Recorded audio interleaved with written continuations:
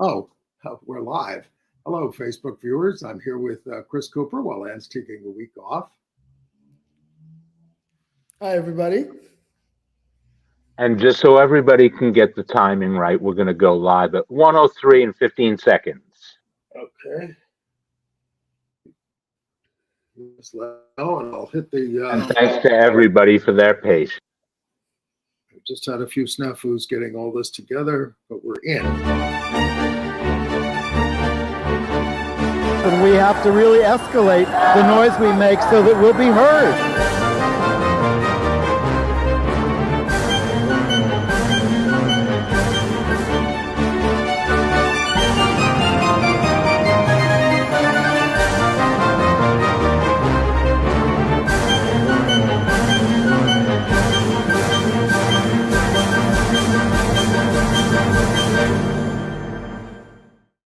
Welcome to Gay USA. I'm Andy Humm. And I'm Chris Cooper, filling in for Ann Northrop this week. Welcome, Chris, coming to us from Palm Springs, California. We're bi-coastal today. We're very bi. You're not quite on the coast. We want to remind you that March 31st is the International Day of Transgender Visibility, and Easter Sunday, of course. But in the headlines, that big federal budget bill that passed the House, it bans pride flags on outside U.S. embassies, but most of the anti-LGBTQ riders to the bill were defeated. House Republicans passed anti-LGBTQ bills that will die in the Democrat-led Senate.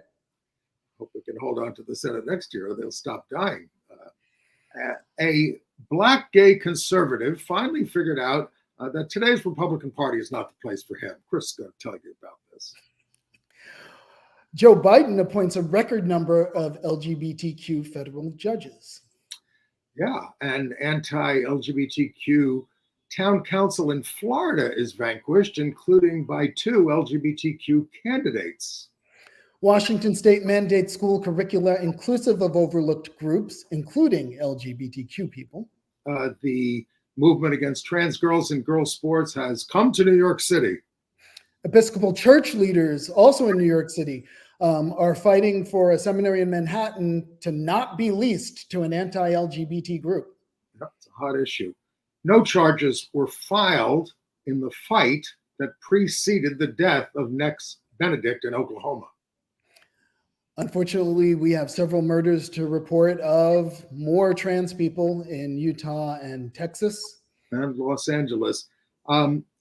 Atlanta drag legend Charlie Brown has died at 74. Quite a story.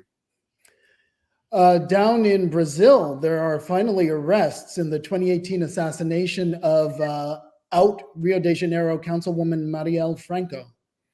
And the out Prime Minister of Ireland has stepped down in a surprise move. Oprah Winfrey opens up about her gay brother who died of AIDS. And I'm going to give you my reviews of the plays Doubt and the musical The Notebook on Broadway. And I guess we're out of time.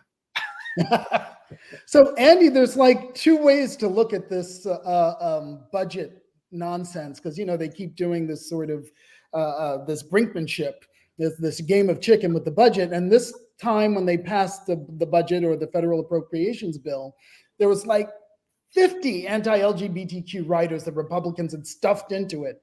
And they all got ditched except for one. One made it through. So you can look at it as, oh my God, they're not going to be able to fly pride flags anymore outside of embassies. Or you can look at it as, wow, the other 49 things got ditched. So we succeeded. Yes. I don't know which is really the better way to look at it. Yes. I mean, the specific thing that Speaker Mike Johnson is touting, well, I banned pride flags from outside U.S. embassies, but they can still fly them inside. I suggest you project rainbow colors on the buildings. That's not banned.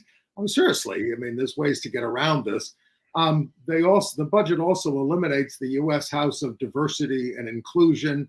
So if you want a diverse House, you're just going to have to vote Democrat. You know, even the deposed Speaker, Kevin McCarthy, noted that the House Democrats look like America and Republicans look like a country club.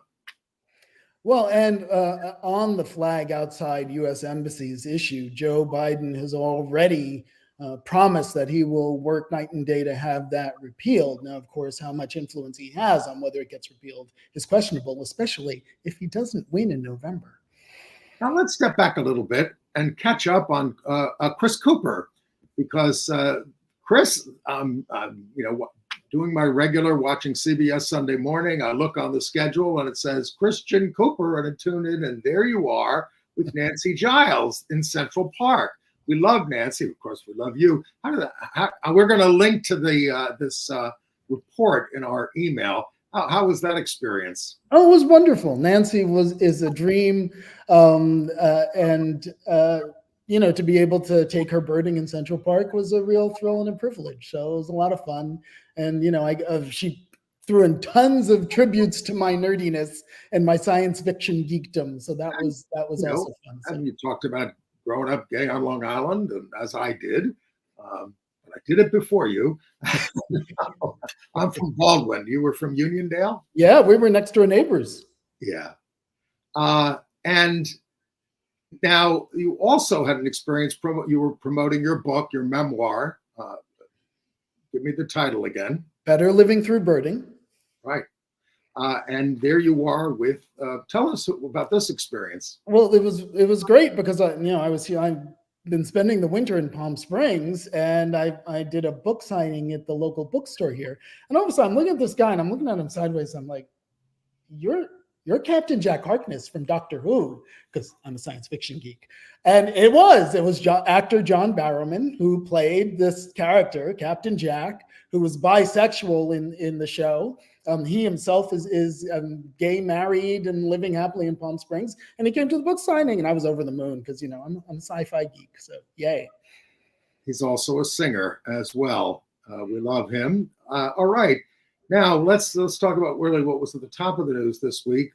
We sort of can breathe a sigh of relief that even this Supreme Court seems inclined to reject the challenge from the anti-abortion movement to the abortion pill, at least on standing grounds. Like the people bringing the challenge had no standing to bring it because they couldn't demonstrate any harm. They're anti-abortion doctors, and they don't have to be associated with abortion if they don't want to. The case was argued by Erin Hawley, who was the wife and handmaiden of U.S. Senator Josh Hawley of Missouri. Now, there's a big story in the Times on her. She was trying to stop mifepristone, but her shadowy group is called the Alliance for Hippocratic Medicine, but her base is the anti-LGBTQ Alliance Defending Freedom.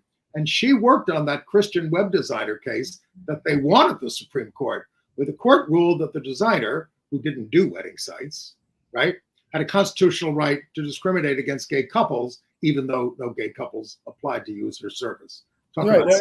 Again, the standing issues in that case seems to be patently not there.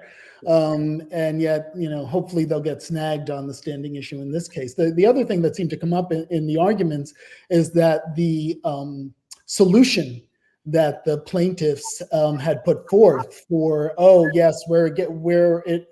prescribing mifepristone goes against our religion, was to ban mifepristone for everyone. And that solution seemed to not match the problem that they claimed they were articulating. So that was that's the right-wing way these days.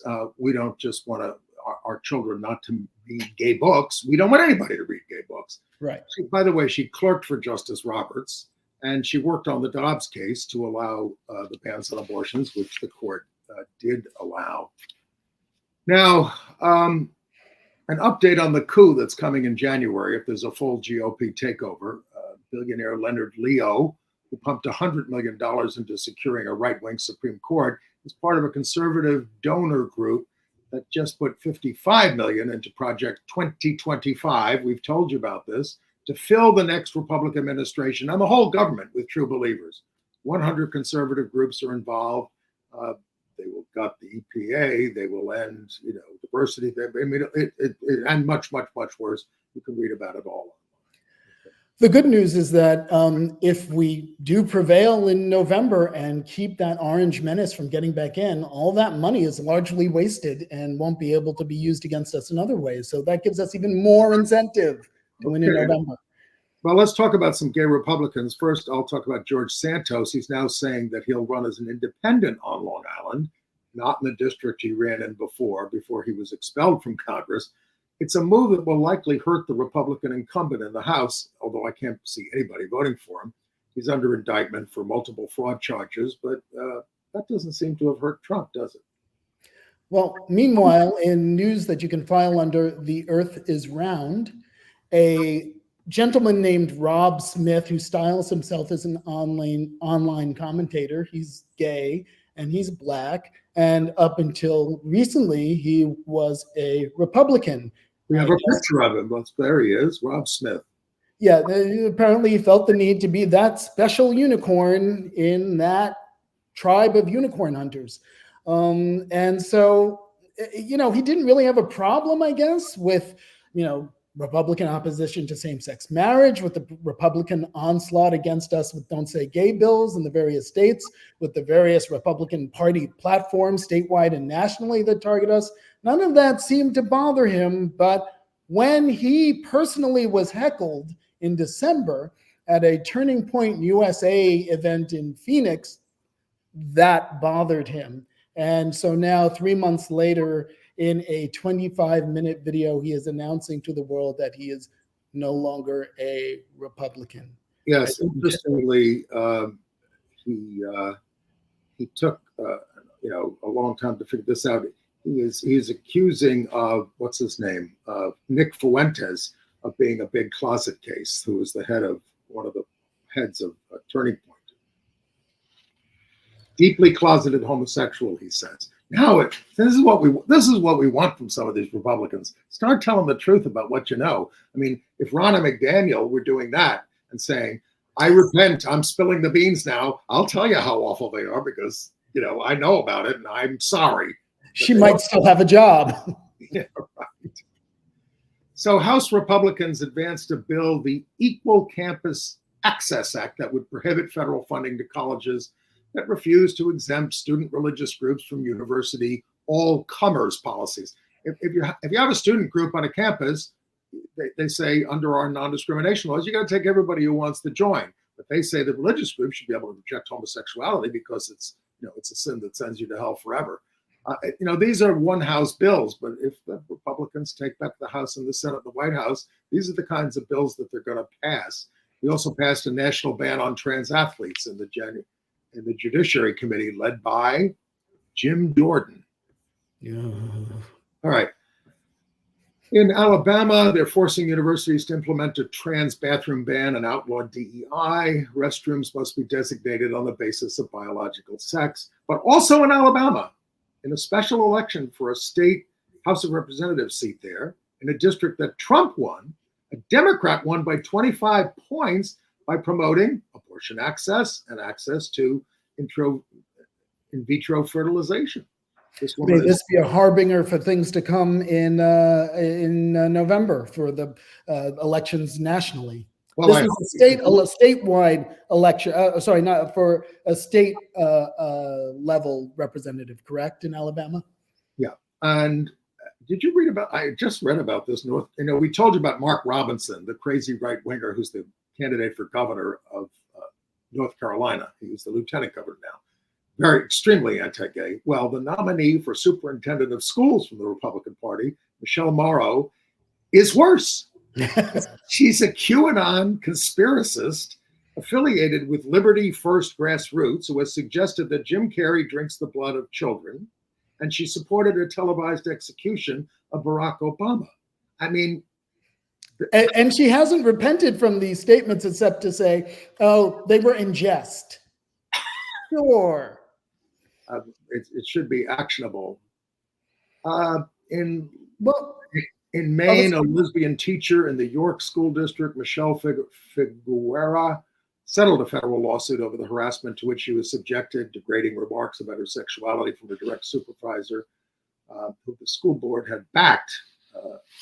And the terms of her settlement were not disclosed. Okay. Well, before we wander away from election victories, is now a good time to talk about what happened down in Florida. Some good news from Florida? Please. All right. So Down in Florida, in the community of Surfside, which Andy correctly reminded me is the place where that terrible condo collapse occurred a few years back, they had an election where they had in place were certain commissioners who were not very responsive to the community and had done things. The mayor, for example, in that slate of commissioners who worked with that slate of commissioners had banned the raising of the rainbow flag, which had happened in a previous year. So a bunch of regular old people decided we're not having it. And these Floridians decided to put up their own slate and campaigned, and they won. They flipped Surfside from the dark side to the good side. And I know this because one of them is actually a really good friend of mine. And when I heard he was running, I was kind of shocked because I'm like, well, yeah, you're super smart. You're a great guy. You're a law professor, but you're an ordinary person. And it's so exciting to me that ordinary people are stepping up and saying, look, you know what, if we're going to take our state back, it's got to be city council by city council, school board by school board, from the grassroots, putting in the elbow grease. Now, the slate that won, that flipped Surfside, included Gerardo Vildostegui, or Jerry as he goes by, and I think we have his photo. And also is Tina Paul, who they were the two top vote getters, which is how the election is run down there. Tina Paul got the most votes, so she automatically becomes the vice mayor. And then Jerry Vildostegui got the second number of top votes, and so he joins the council. And it's just marvelous to see, people taking Florida back from the grassroots. Well, they're taking back Athens, Ohio, and this is very similar. The out Nelsonville city auditor, Taylor Sappington, he's at the center of that picture holding a sign that says, "Don't get mad, get elected." That's from the Victory Fund. He's on track to become the next Athens County treasurer. His primary win sets him up for an uncontested race on September 1st. And then tell us about, give us an update on what's going on in Palm Springs for the congressional race there. Sure. Since I am here in Palm Springs, this is really important because it can affect who controls the House of Representatives.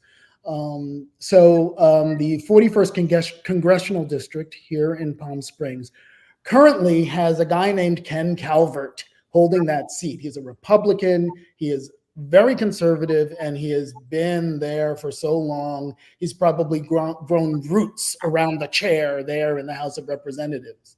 But he's being challenged for the second time in a row by a young guy, openly gay, named Will Rollins. And he almost took out Ken Calvert the last election, lost only by about 1,100 votes. Now that's Will on the right there with his husband, I guess it is, right? It is his husband, correct. So he's kind of like, Paolo, let's name him Paolo Benvenuto. So and they have two kids, and he's actually it's a toss-up race at this point. He's got a chance of taking back this seat. And as we know, the Republican hold on the House of Representatives is razor thin. There's one seat at this point. One seat at this point. Republicans are leaving early. Some people think at the behest of some of these never Trump people are saying, get out of the House and let's let the Democrats run it because we can't get anything done.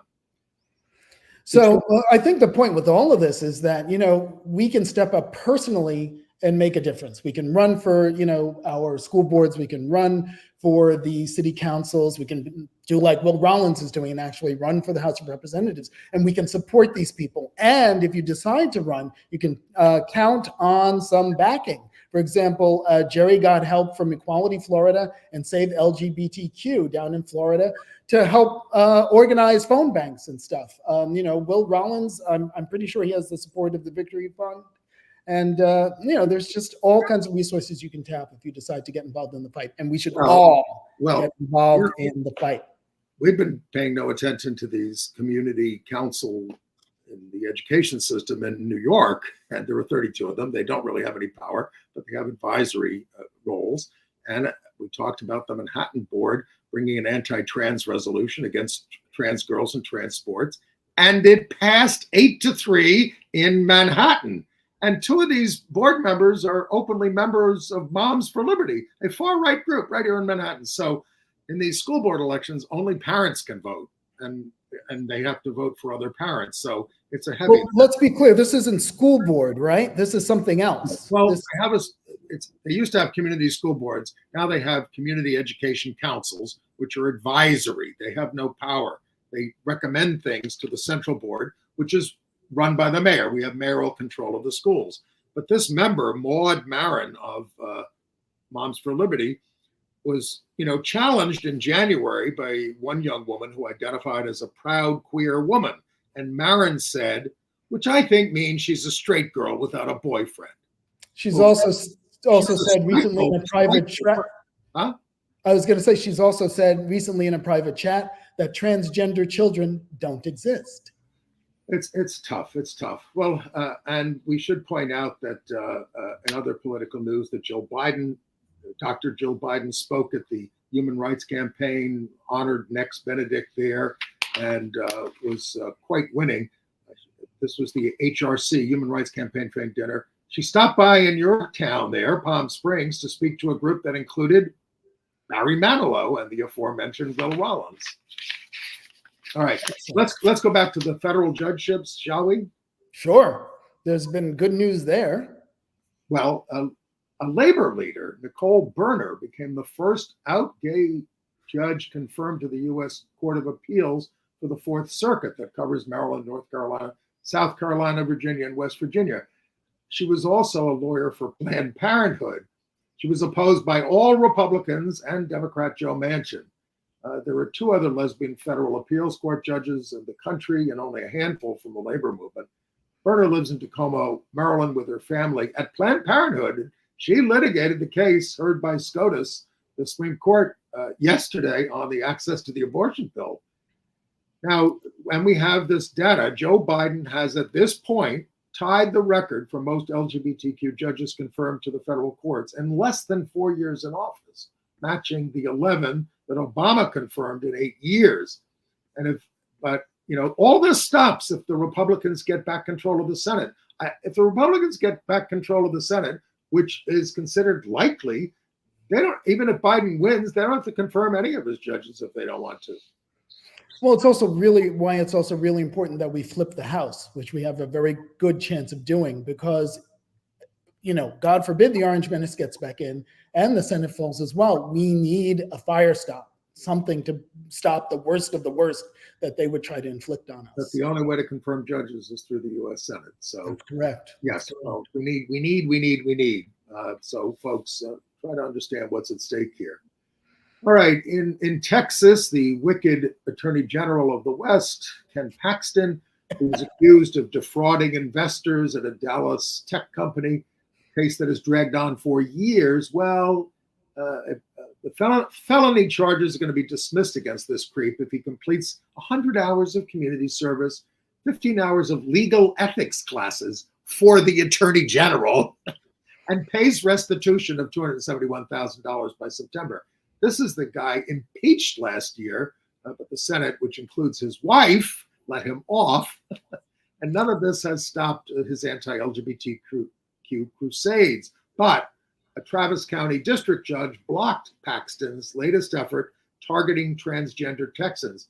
He was demanding that PFLAG National, the parents group, turn over information and documents about its support for families in Texas seeking gender-affirming care for their transgender youth. So that's the kind of guy he is. It's been really interesting to watch all of that unfold in Texas because it's really been sort of an intra-Republican war out there between the supporters of Ken Paxton and the folks who wanted to get rid of him. And unfortunately, Ken Paxton seems to have won that war. Well, Wyoming wants to get rid of trans people. They became the 24th U.S. state to ban transgender medical treatment for minors. Licenses of doctors, pharmacists, and other healthcare providers will be revoked if they extend such care. All right. Well, meanwhile, going back to Florida for a second, the Moms for Liberty co-founder has sued to keep her threesome sext messages private. If you remember Bridget Ziegler and her husband, who was charged with rape, Christian Ziegler, well, the rape charges were dropped. And so because of that, she's trying to prevent some of the sexting messages that they exchanged with that partner from becoming public, that were discovered in the course of the rape investigation. Why does this matter? Because Bridget Ziegler down in Florida has been one of those crusaders against us and against the LGBT community, especially. She likes sex with women, though. But likes sex with women, and now doesn't want us to know that by seeing her sexting private messages. So, Bridget, just get gone already. Nobody wants you down there. Well, we don't want this either. Republicans are pushing bills to bring religious chaplains into public schools, pushed by a religious consortium that says chaplains are a way to convert public schools are a way to convert millions to Christianity. They've been introduced in 14 states. Texas allowed it last year, letting school districts substitute chaplains for school counselors. But the biggest districts have rejected that in Texas. But Utah, Indiana, and Louisiana passed one House bills, but they died in Louisiana and Utah. Pending in 9 states, one passed both houses in Florida, and it awaits DeSantis' signature. Last year, the religious right wants bills that make chaplains in schools. Next year, they want to make them mandatory. In Texas, the GOP rejected an amendment requiring parental consent to talk to a chaplain. So you want parental consent to hear about sex or read a gay book, but no, you don't need we don't want you to have parental consent to go to the minister in your school. And, this is because Justice Neil Gorsuch has referred to the so-called separation of church and state. That's what we used to call it. It's gone. Yeah, it's completely eroded. Speaking of religion, is it time to talk about the seminary block in Chelsea in New York? Right down the block from Ann and me is the General Theological Seminary. I pass it often on my way to Chelsea Market and other places. There on 10th Avenue, around 21st Street, I guess it is. In between I think on 21st. This is a seminary. The Moore family, Clement Clark Moore. It was the night before Christmas and everything. They donated the land and they built this seminary for the Episcopal Church. It's the General Theological Seminary, but they don't have many people studying to be priests, I guess, anymore. So they're trying to rent out the space, and they want to give it to a right-wing school of sacred music run by Abdiel Capital, whose managing partner, Colin Moran, is chair of the board of something called First Things, which is actively anti-LGBTQ, anti-abortion, and anti-trans.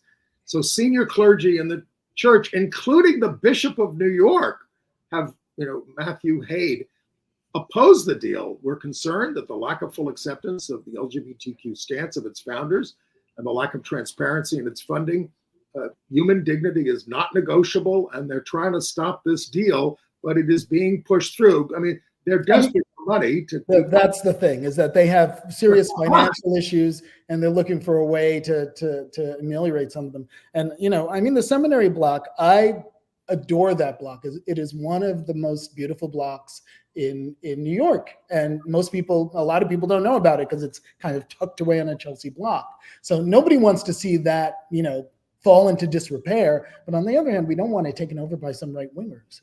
And I don't see how you can train church musicians without embracing gay people. I mean, Ned Rorem, the famous composer, gay composer, he used to say, all organists, at least in America, he said, are gay. He said it's not true in France and Germany, but it's true here. All right. Elsewhere in religious news, let's put this guy's Joseph Kulima, a straight cisgender white Christian man, lost his teaching job teaching at Calvin University in Grand Rapids after officiating at the wedding of 2 women in 2021. Now, Calvin University is a denominational university affiliated with the Christian Reformed Church, CRC, which I don't know. He got permission from his pastor and everything, and they all said, "Okay, you can do that." But the school was objecting about the performance of the wedding, so he's suing them. he's acting as a private citizen. He said he was acting as a private citizen when he did this, and he's a very, beloved teacher. So, and he has lots of roots with the school. He is a Calvin University alumnus. He went to Calvin. He worked there for 14 years. He's grown up in that community, he said. So, his suit will be a test of religious exemptions because he doesn't teach religion at the school. Anyway. All right. In Washington State, Governor Jay Inslee signed a bill requiring schools in the state to teach LGBTQ history, incorporating inclusive curricula on the histories, contributions, and perspectives of historically marginalized groups, racial, ethnic, religious, people with differing needs, people with disabilities, LGBTQ people, and people with various socioeconomic and immigration backgrounds. So he signed it. But meanwhile, on the other end of the country, bomb threats are disrupting drag story hours. Two in rapid succession, one in Reading, Massachusetts, outside of Boston, and another in Lancaster, Pennsylvania. Both bomb threats were fake, though there was a suspicious object found, I believe, in the Lancaster library. But this follows a pattern that we've been seeing now for a while of really drag time story hours being targeted by the right wing for really vicious, vociferous protests, and now bomb threats as well. Well, yeah, these people have a lot of time on their hands. They contested it at the county commission for 2 weeks. Moms for Liberty held a prayer service led by local pastors the night before it was to take place. Shouldn't you be getting ready for Holy Week, you guys? Well, all right. Supporters of the story hours signed up to attend, but the bomb threat got it canceled. Anyway, in Milwaukee, a public school principal has been accused of vicious bullying of a first grade student whose parents are gay. The guy's name is Kasanga Kalumbala, and he was at the time working at a French immersion school, but now currently he has been transferred and is the acting principal of the Bethune Academy. So despite the complaints, he wasn't disciplined, he was just transferred, and whether that was even related to the complaints, he had to meet with the parents in front of the principal, and he said, "No queer is going to speak to me like this." Yep.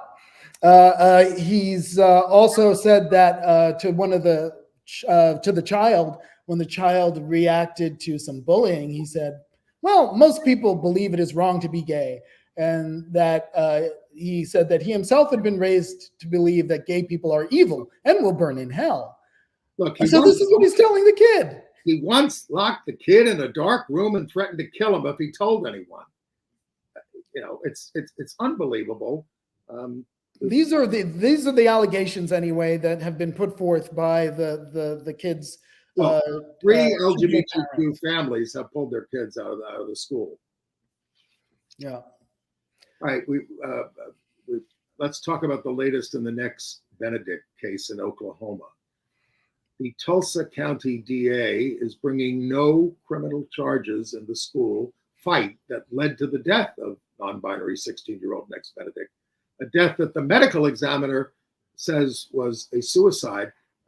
They say there was no interior injury from the fight, even though it landed Next in the hospital. The police say they found brief notes related to suicide. We haven't seen those. There really needs to be an independent autopsy in the case.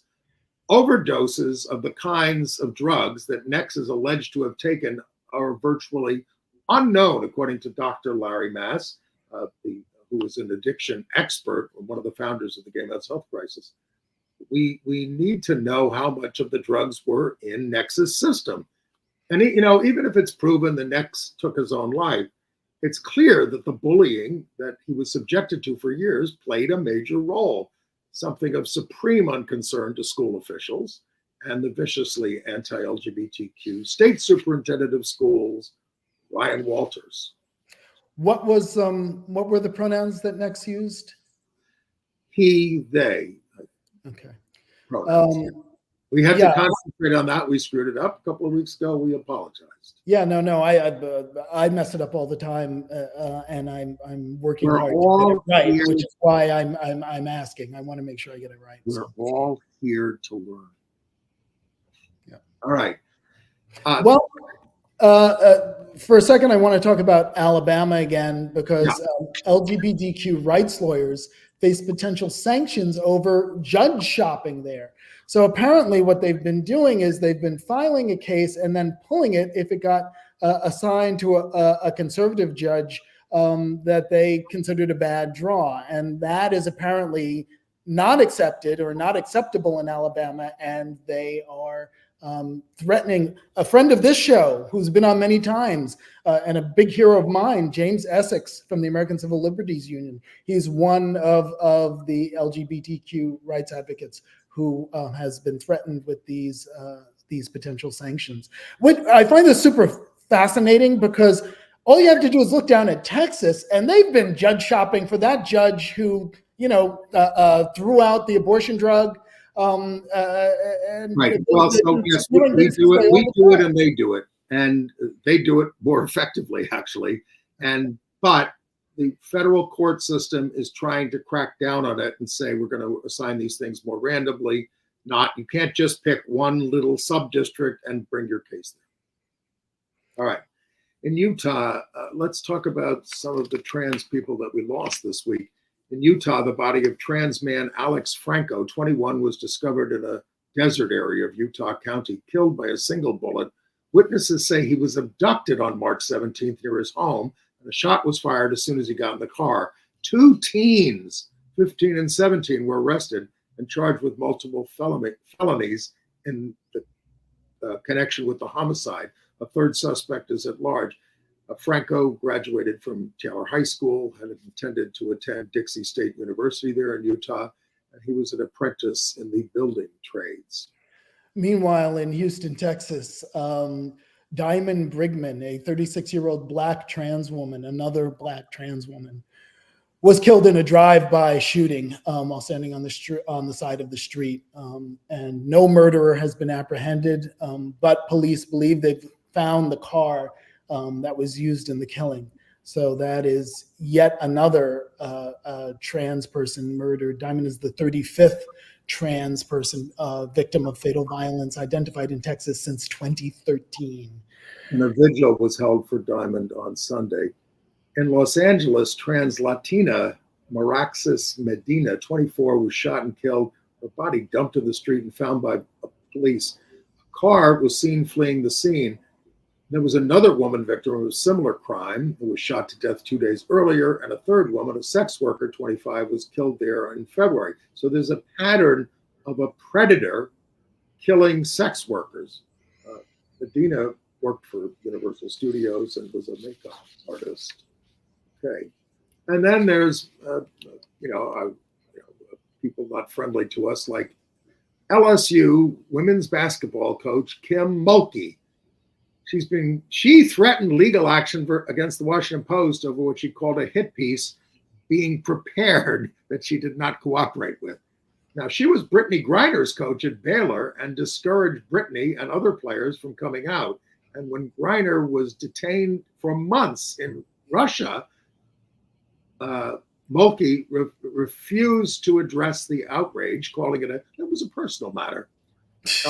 But LSU is still in the NCAA tournament as of Sunday, and next plays on Saturday. Also, sort of looking at all these issues of trans people being murdered, Media Matters and GLAAD, the Gay and Lesbian Alliance Against Defamation, have charged that the New York Times fails to quote trans people in 2/3 of the stories on anti-trans legislation that they monitored in a 1-year period. So between February 15th, 2023 to 2024, they say the Times published at least 65 articles that mentioned U.S. anti-trans legislation in either the headline or the lead paragraphs. And in that sample, 66% of the articles did not quote even one trans or gender nonconforming person. 18% of the articles quoted misinformation from anti-trans activists without fact-checking or context.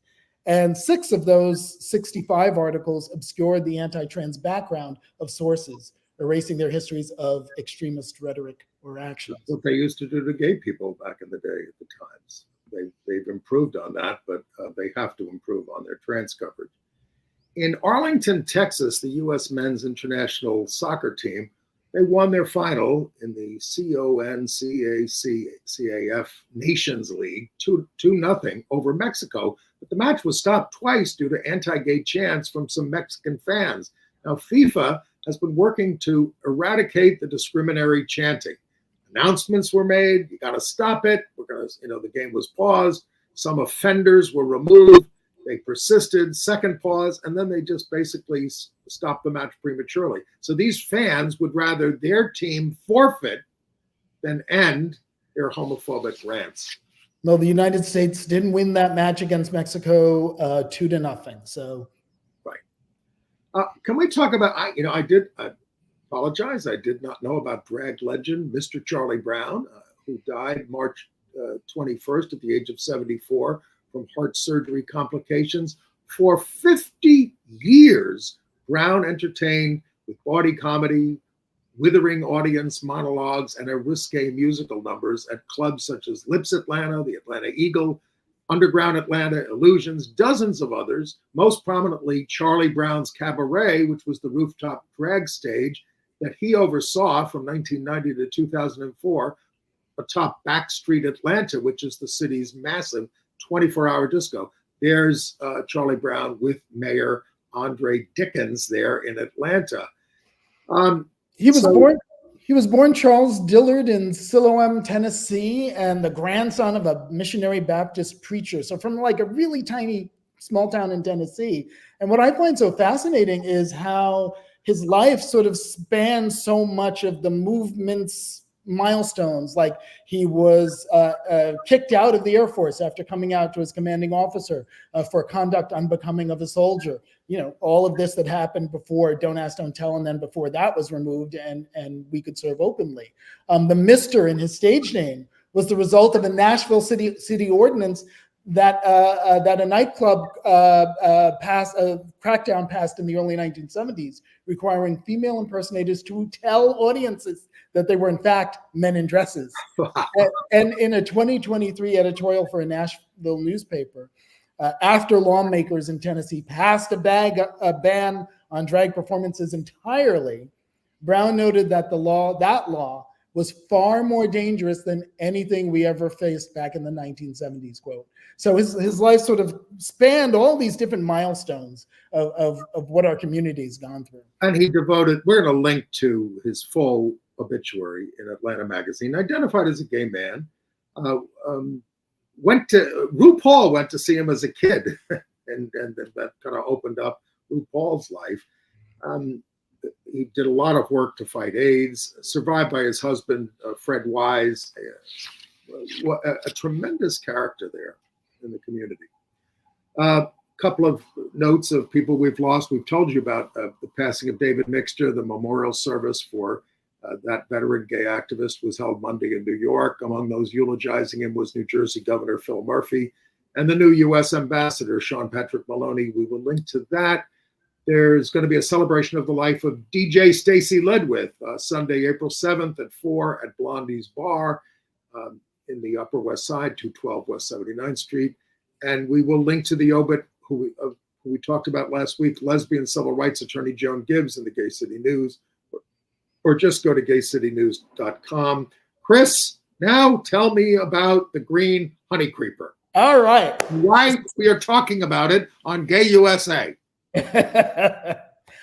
Birds, man, birds. So I actually have seen green honey creepers. I actually was looking at them back in December when I was down in Trinidad. Beautiful birds, fairly common throughout the American tropics. But there's one green honey creeper that they spotted on a farm in Colombia that has this rare biological phenomenon known as bilateral gynandromorphism. And what that means is, say it with me now, bilateral gynandromorphism.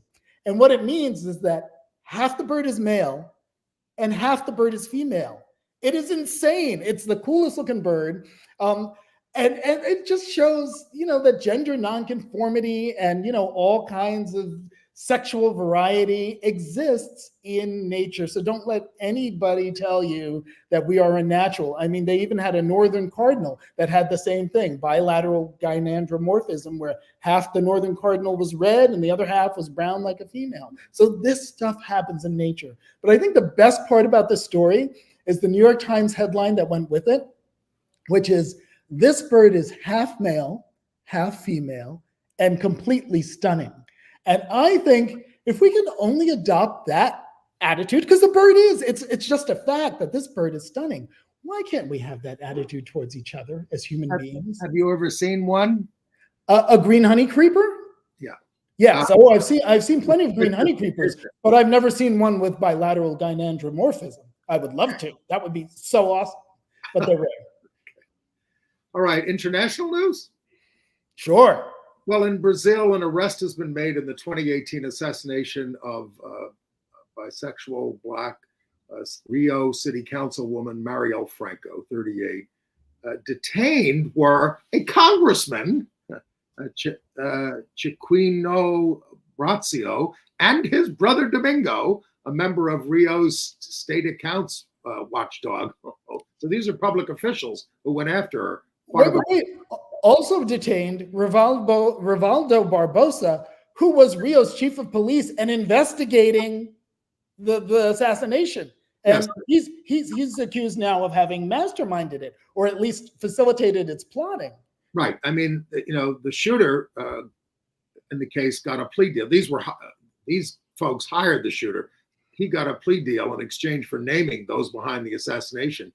Franco's sister, Aniel, has been appointed Minister of Equality, by the way, in the leftist Lula government there. Meanwhile, big shocking news out of Ireland. Yeah. Leo Varadkar,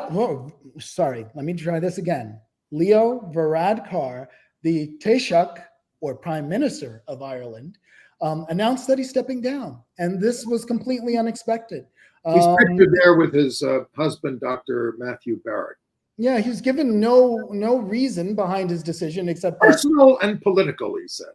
Yeah, he said, and I think someone close to him said that he had never had any intention of being a lifetime politician. So he's made that personal choice and is stepping down. He said, "I'm proud we've made the country a more equal and more modern place." He was the first biracial Taoiseach as well there in Ireland. In Ghana, a pastor and musician, Sonny Badu, warned that even gospel music isn't safe from the evil gaze, saying that, get this, 78% of gospel musicians and pastors are gay or involved in LGBTQ activities. 78%. That's very specific. That's very specific. I don't know how he knows this. He's banned all entertainment in his house to avoid LGBTQ influence. Oh, good Lord. We await the decision of Ghana's High Court on whether Ghana's latest anti-LGBTQ bill passed by the parliament is constitutional. The president is waiting on that decision before signing it. In happier news, hopscotching way down under to Australia, congratulations go to Penny Wong and Sophie Alouache, who got married after being partners for 20 years. Two Wong is Australia's first out lesbian senator. So congratulations to the two of them. They met in 2007. Right. In New South Wales, that state's parliament banned conversion therapy after an all-night debate, had an all-night debate, and then they passed it 22-4. What the hell were they waiting for? It's already been banned in Victoria and the Australian Capital Territory. Anyway.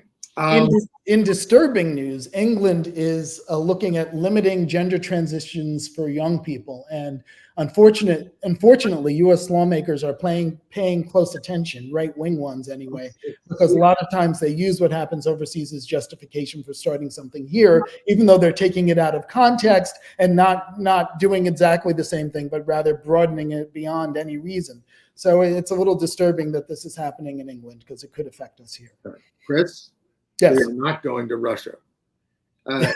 They have added the international LGBTQ movement to its list of terrorists and extremists.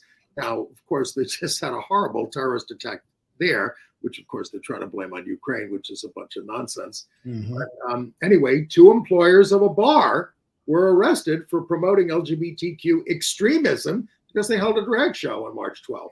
They've got terrorists lining up and killing 140 people, but this is what they're worried about. These guys face 10 years in prison for hosting a drag show. The other reason why we're not moving to Russia, and I don't know if you saw this story, Andy, it goes back a ways, but there was a Canadian sort of very hyper-religious family that was distressed that so much gay stuff was being accepted in Canada. So they decided to move to Russia. And they're already whining about how awful it is and how terrible they've been treated and how they can't get access to their money and blah, blah, blah. So, you know, in the category of maybe what goes around comes around. All right. Israel's High Court, in a landmark ruling, ordered the Population and Immigration Authority to issue birth certificates for lesbian couples with the names of both parents listed as mothers of their children. They ruled that the state can't give preference to biological parentage over legal parentage. This case was brought in 2017, so it took a long time. And in Mexico, the state of Baja California just completed its first adoption for a same-sex couple. And hey, go ahead. I was going to say, we are burying the international lead, which is that in Thailand, lawmakers overwhelmingly passed a same-sex marriage bill. It passed with the approval of 400 of the 415 members of the House of Representatives, with only 10 voting against it and 2 abstaining and 3 not voting. The bill now goes to the Senate, which rarely rejects any legislation that their House passes. And then it just needs the assent of the king for it to become law. This would make Thailand the first country in Southeast Asia to pass such a law. Wait a minute, in Vietnam? No, not according to what I read. It says it's a third in Asia generally after Taiwan and Nepal. Yes. Oh, Taiwan and Nepal, right. Vietnam did something with domestic partners. But yeah, you're right, for marriage. And a poll in Thailand said 97% of Thais were in favor of marriage equality. What a country. They still don't allow you to change your gender identity, despite a highly visible transgender community there. But they already have a law banning discrimination based on sexual orientation and gender identity. Okay. All right. Health news. Sure. You've read how measles is on the rise, especially in Florida, where the quack state surgeon general under DeSantis, Joseph Ladapo, who was called COVID shots, the work of the devil, told parents it's perfectly fine for parents to send their unvaccinated children to school. The CDC calls for a 21-day period of quarantine for anyone without a prior history of infection or immunization. So, and the other thing that's spreading in Florida now is leprosy. Oh, jeez. They have a fifth of the U.S. cases are now in Florida, 81% in Central Florida. No word on what Dr. Quack is doing to stem that tide. You know, as if I needed more reasons to not set foot in Florida. Yeah. But, you know, we were going to, I think we're going to run out of time. So we were going to run a tape of Oprah Winfrey, but we're going to link to it in our email instead. Okay. I think we should do that. She received GLAAD's Vanguard Award at their annual dinner and used the occasion to talk about her younger brother, Jeffrey Lee, who died of AIDS 35 years ago when he was 29. And it was a very moving speech, and we will link to it in our email. Congress maintain funding for domestic HIV prevention care and treatment, rejecting a House Republican proposal to cut $767 million out of it. Okay, some entertainment news. Sure. Well, there was a revival on Broadway that I can heartily recommend, me recommending a play. John Patrick Shanley's Doubt, set in 1964 at a Bronx Catholic school. It's a test of wills between a stern principal, Sister Aloysius, played by Amy Ryan there, and an affable priest, Father Flynn, Liev Schreiber. Now, even if you saw Cherry Jones in the original on Broadway or the movie starring Meryl Streep, this is a very taut 90 minutes featuring actors with perfect timing, comic and dramatic, great supporting cast. Zoe Kazan as a young idealistic nun, and Quincy Tyler Bernstein as a Black mother of the only Black kid in the school. There's a gay angle that I won't give away. Just see it if you can. much less enthusiastic about The Notebook, a beloved book and movie, which I haven't read or seen, but now a musical on Broadway from Ingrid Michaelson. This is a show with Alzheimer's at its center, but also love.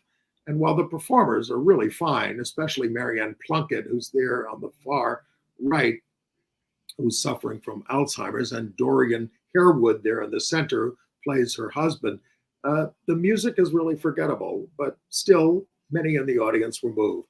What do you know about this Star Wars series, The Acolyte, that's apparently bringing a brimming with trans talent? Absolutely nothing. Oh, I'm relying on you. No, I have failed in my science fiction nerddom on that. I kind of fell off of Star Wars a while ago. They just got a little too kooky. But you used to, well, first we should, but you used to work at DC Comics, didn't you? I worked at Marvel Comics, but I am familiar with DC, and I've done some writing for them recently. And they are actually honoring the late transgender writer Rachel Pollack, who died of non-Hodgkin lymphoma, and created one of their first transgender superheroes. So they are reissuing two of her most beloved stories in a DC Pride comic book reissue, Celebration of Rachel Pollack, they're calling it. So that's wonderful that they're doing that. And Jared Carmichael's reality show premieres on HBO this Friday for 8 episodes. He's the out comic. The Hollywood Reporter calls it fascinatingly uncomfortable. And to be clear, it's not a reality show per se. It's the reality part of the title refers to this is his reality. Examines himself as a boyfriend, son, and friend. So, yeah. Well, we do have a minute and a half. We can either chat or we can show them a little of Oprah. What do you want to do? Let's show them a little bit of Oprah. Why not, right? Why don't we go out with Oprah, and you can run the credits over that. It's been great having you. Happy holidays to everybody who celebrates anything this weekend. And it's been great being with you. And here's Oprah Winfrey at the GLAAD Awards. I have to say that many people don't know this, but 35 years ago, my brother, Jeffrey Lee, passed away when he was just 29 years old from AIDS. Growing up at the time, we did, in the community that we didn't have the language to understand or to speak about sexuality and gender in the way that we do now. And at the time, I really didn't know how deeply my brother internalized the shame that he felt about being gay. I wish he could have lived to have witnessed these liberated times and to be here with me tonight. All the years of the Oprah Show for me were about sharing stories that actually helped people be more of their authentic selves. And I know that that is the truest form of what it means to be free, to have personal freedom, to be able to fully be who you are, to have the truest expression of yourself as a human being. And what I've learned over the years of interviewing over 35,000 people one-on-one, 35,000 people one-on-one, is that every single person wants the same thing, and that is the desire to feel seen and to know that what we say matters and to know that we matters. So back in